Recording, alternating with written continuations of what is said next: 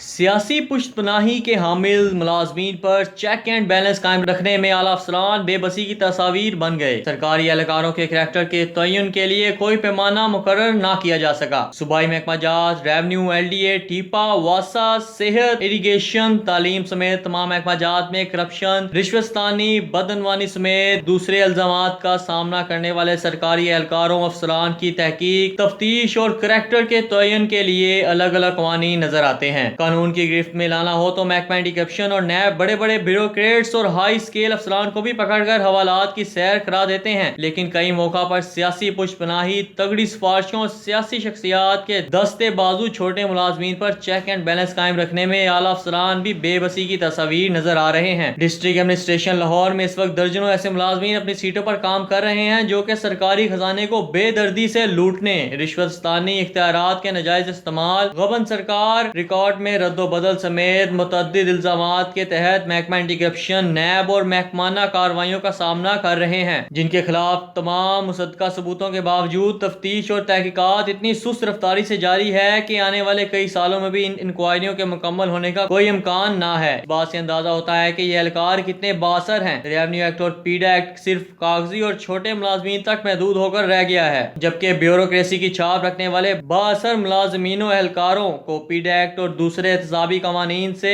مستقل استثناء دے کر قوانین بنانے اور عمل درآمد کروانے والی انتظامیہ کے کردار کو بھی عیاں کر دیا ہے۔ ذیشان علی، میڈیا 92 لاہور۔